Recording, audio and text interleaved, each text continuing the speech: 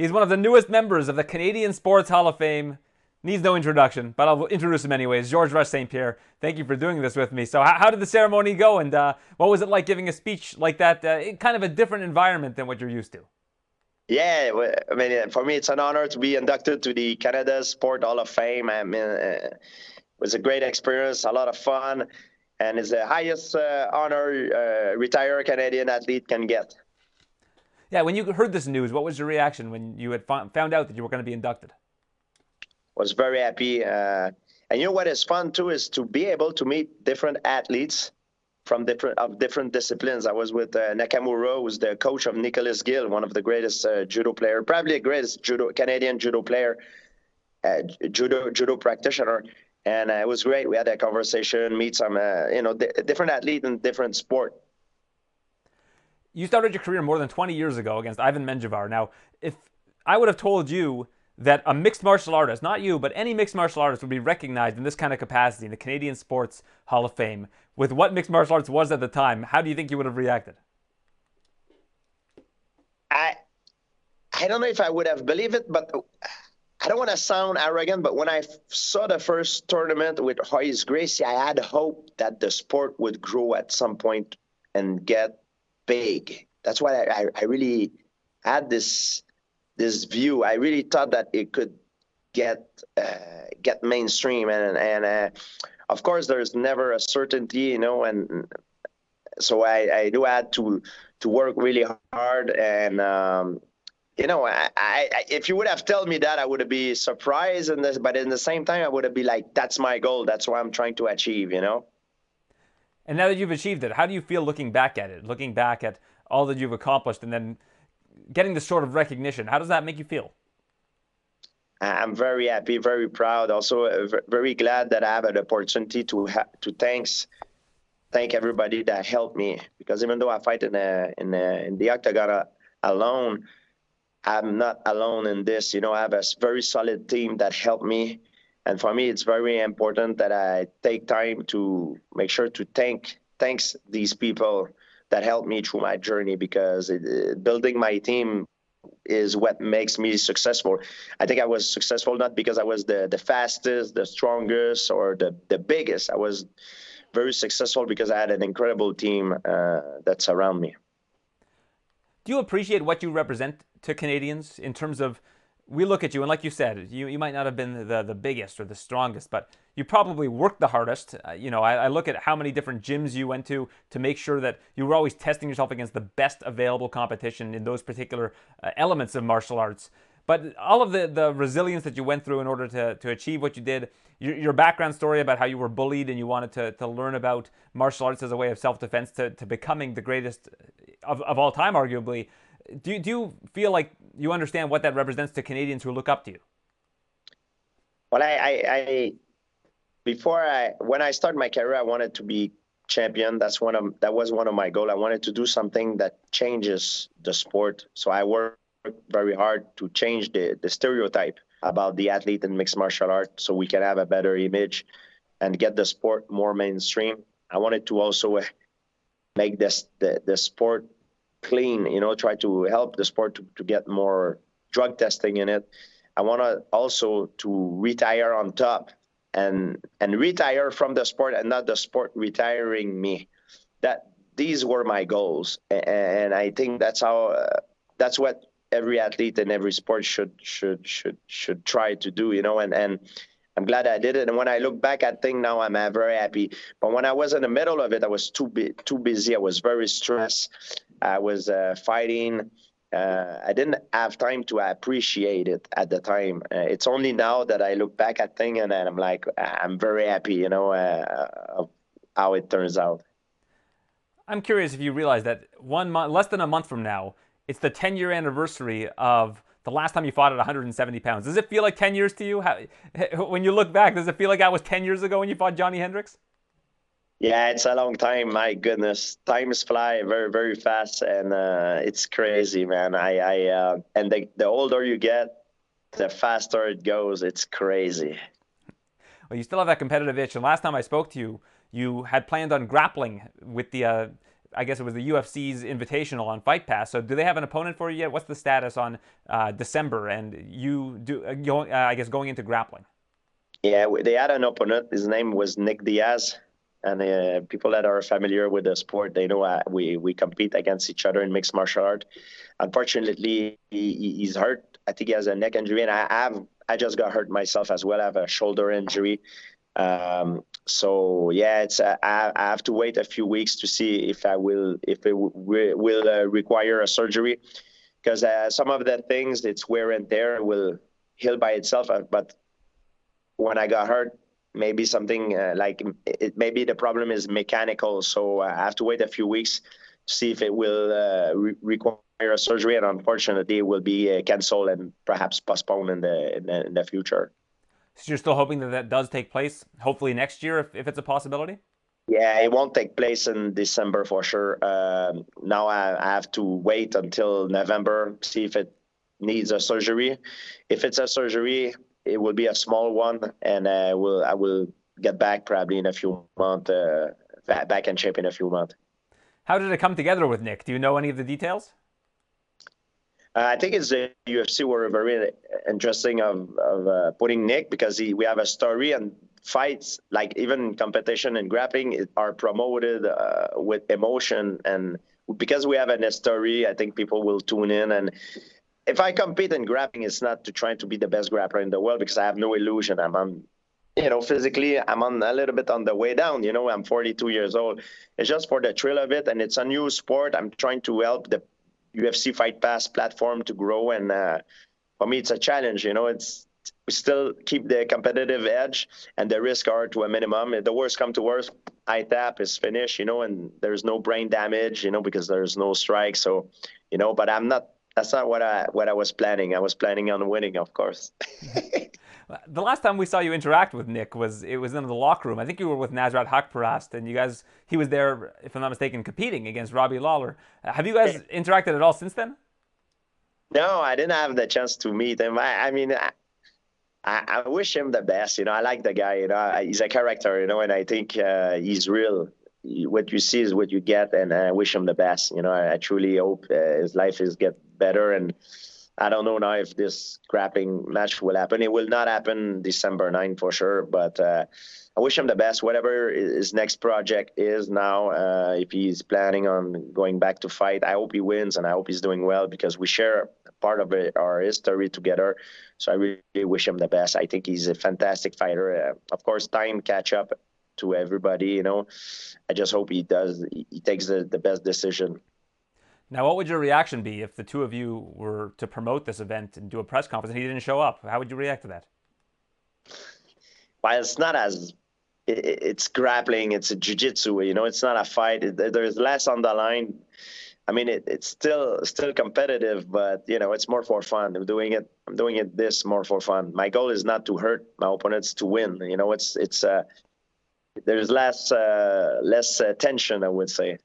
I was mostly being tongue-in-cheek, but I thought you might appreciate the reference. UFC 294 is this weekend. Sorry, go ahead. You tried to promote the next one. UFC 294 is this weekend. We've got Alexander Volkanovski facing Islam Makhachev for the second time this year. They're two of the top 3 pound-for-pound fighters in the sport now. When you were, in your prime and you were the champion, there were always rumblings about you and Anderson Silva facing one another. How close did that ever get? Were there ever discussions for you to face Anderson Silva in kind of a similar situation, champion versus champion? There were discussions, but it takes 3 entities to make a fight. It takes one fighter, the other fighter. It takes the UFC. At that time, I was very busy fighting at 170. If you want me to derail from the plan and go up and take a risk, try to put on some weight, need to compensate me for this, and at that time if it would have happened, I would have required also to be in a catch weight, and also drug testing also need to be mandatory. And these 3 things, the UFC we didn't reach an agreement on that, but I never had an official demand for this. The only time it happened is when I retire. The first time when I stopped, I took a break after Johnny Hendricks. Dana texted me, and I was, even if he would ask me to fight anybody, I would not have taken the opportunity because I would not have taken the fight. I needed to take some time off. But it never happened a time that they really asked me an official demand. It was only a speculation in the media, and that's how it really happened. I always appreciated how smart you were in terms of your career. You were never like, yeah, let's do that. There was always a lot of thought that went into everything that you did, Yeah, especially something like that. the promoter will try to get you in with emotions. Oh, he's scared or he's this. Listen, the truth is I'm scared every time. Before every fight, I'm scared. No matter who I'm fighting no matter who I'm going up against, I'm scared. But even though I'm scared, if I sign the contract, if the terms are good, I'm gonna take that walk and find him in the octagon and beat him. That's how I see things, even if I'm scared. And the truth of what it did not happen. First, I never had an official demand at the right time, and the demand of our team that were never there. They never reached the demand, the stuff that we ask for. Well, that would have been something to see. I mean, I'm sure you admired Anderson Silva greatly, but we also saw Anderson was fighting at 205 for a lot of his UFC career. So, I mean, you were talking of moving into 155 pounds at some point. So, I mean, the size differential would have been pretty huge. Yeah, he's pretty big. He's a big guy. But, size matter, but the skill matter more. I think it would have been at the time an amazing fight to make. If it would have happened, it would have been the biggest fight of the time. 100%. It's just fights are made in terms of timing, and I think it did not happen at the right timing. Or the man, I don't know on Anderson Silva's side, but that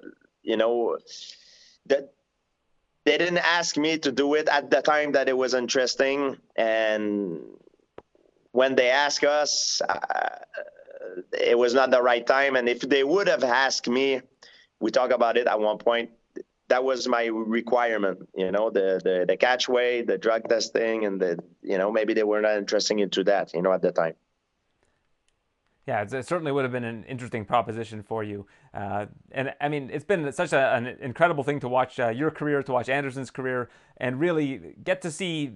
I guess that, to me, those are like kind of the real prime years of the UFC, where it was really building up to becoming what it is today. Like, those were really the formative years, is probably the better way of putting it. Just seeing how well you guys represented yourselves as champions in the sport, I think, was really exciting for a lot of the people that were getting into the sport at that time. Anderson was incredible. I was watching him fight. It's like the Matrix. He was the way he was moving is just incredible. Like, I don't see anybody do the same thing even today. Like, the way he was fighting when he was in his prime, it was unbelievable. Of course, some fighters beat Anderson. You can beat the same name, but you never fight the same guy twice. Every fight changes us forever. And there's something that no fighter can beat. It's time. And time catch up to all of us, and we need to accept it, even if it's hard. Last question for you about the grappling. With Nick Diaz being an opponent, did you have any sort of opponent that you wanted to face that you presented to the UFC, or was it more like, you guys know what you're doing, bring me some names and we'll go from there? There were talks about Nick, then Kamaru Usman, then at some point Damian Maia, Jorge Burns,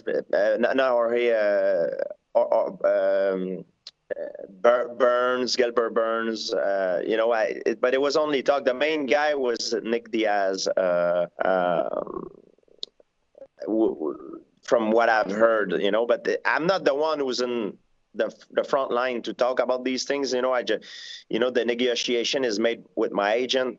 Me, when the name is there, and everything is settled, let's go. You know what I mean?